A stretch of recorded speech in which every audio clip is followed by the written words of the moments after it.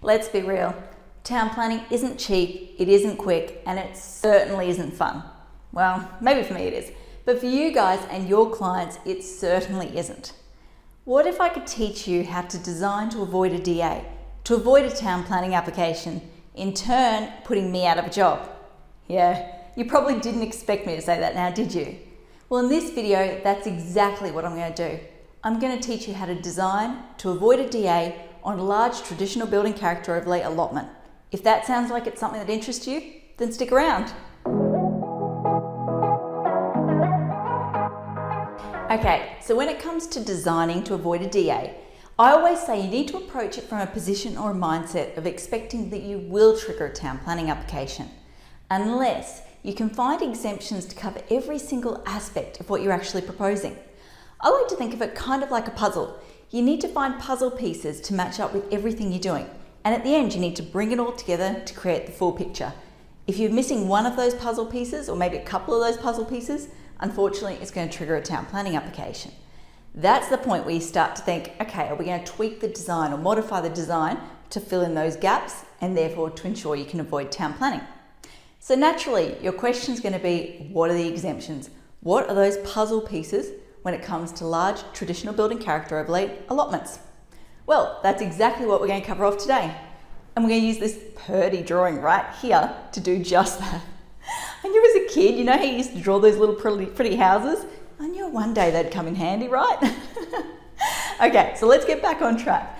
Let's basically just jump straight into it.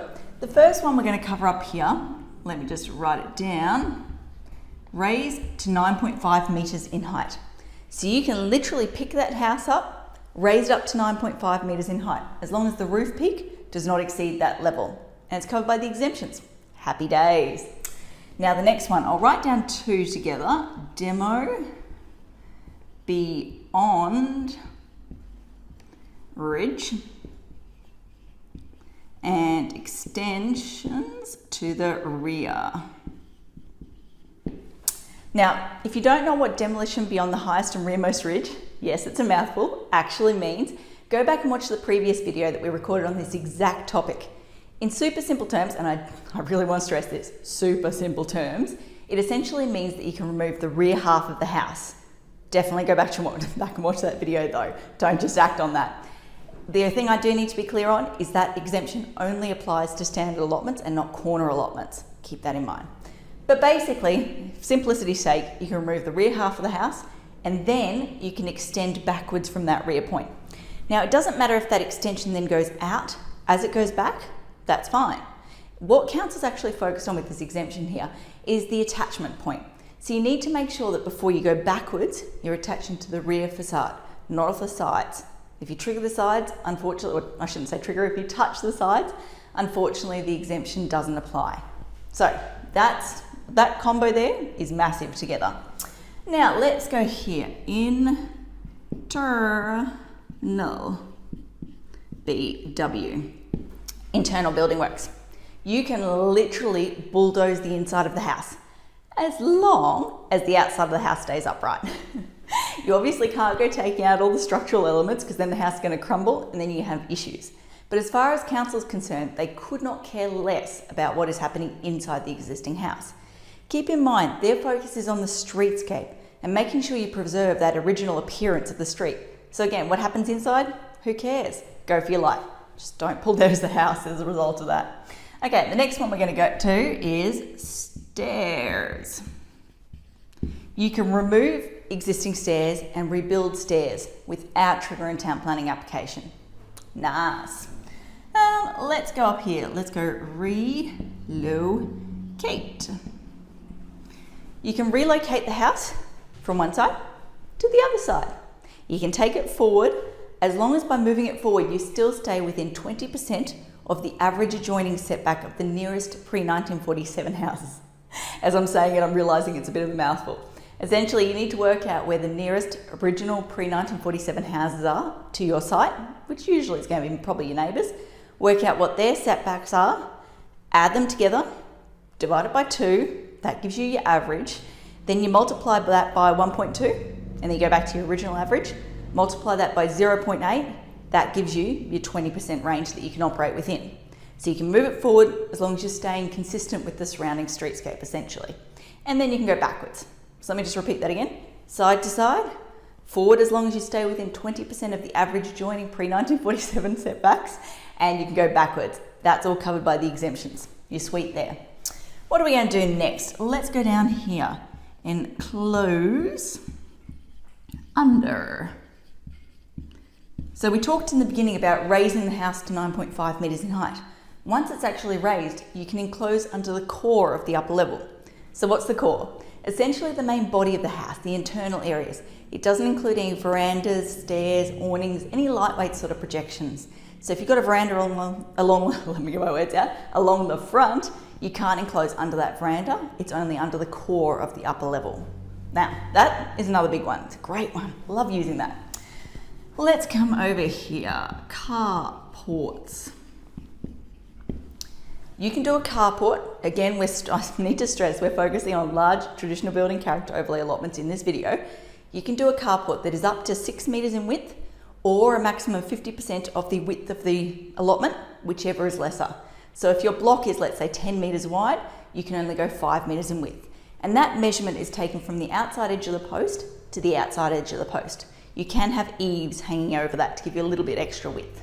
So carports, maximum 6 metres or 50%, whichever is lesser. The final one, reinstate. Okay, reinstate front veranda enclosures back to their original condition, essentially. So basically, back in the old days, they used to have verandas along the front. They, more often than not, probably late 50s, that sort of time frame, 60s, 70s, people started to enclose these verandas to create sunrooms, to increase their internal floor areas. These days, we're actually seeing people revert them back to verandas. There is an exemption that covers restoring it to its original condition, back to a veranda. So as you can see, there is a bucket load of work that you can do under the exemptions, a bucket load of puzzle pieces that you can use to work to your advantage. So the question's obviously going to be, hey, if you can raise the house, enclose under it, bulldoze the inside, extend to the rear, etc., what on earth actually triggers a town planning application? Well, the minute you go to the side of the house, or the minute you come forward of the house, except if it's for things like carports and stairs, you're going to trigger a town planning application. Probably the most common scenario situation that we see is when people raise the house up, they enclose under the core, and then they want to extend to the side a little bit. So usually it's a garage, probably half the garage, maybe a quarter of the garage, just sticks out towards the side boundary. That's a trigger for town planning. So if you can design it in a way that you line up with the upper level, you can bypass town planning. But yeah, the minute you go out to the side or forward or anything else, that's when it's going to trigger. We've already talked about it. I'm stressing the fact that I'm only talking about large lots here today, not small lots. The rules for lots less than 450 square metres are completely different. So keep that in mind. Final thing I need to say is that what we've talked about today here doesn't focus on sites within the local character significance sub-precinct of the traditional building character overlay. Essentially, if you're in Balmoral, Bulimba, Morningside, those sort of areas, there's a different rule book for you. Unfortunately, not all of these exemptions apply. And same thing goes for some of the neighbourhood plans, in particular the Sherwood Graceville District Neighbourhood Plan. That area is just a world of its own. Again, they have totally different rules. So what we're talking about here today is just very general in nature. It applies to most of the city, but not all of the city. So I think that probably covers everything I want to talk about today. Hopefully you can use these exemptions here to sort of put the puzzle pieces together to avoid triggering town planning applications in the future. Now I should say, we don't charge for initial advice or investigations. So if you have a job coming up and you would love some help to design to avoid a DA, why not get in touch? We've got nothing to lose and we would be more than happy to help. Until next time, thanks for watching. For all you red tape lovers out there, I have one thing to say. Well, no actually, I've got three. Number one, the advice provided in these videos is general in nature. It's not site specific. You would be a silly Billy to go and make financial decisions based on this advice without first checking with the town planner. Don't be a silly Billy. Number two, Brisbane town planning is in no way linked to Brisbane City Council. The views expressed in these videos are my own, not council's.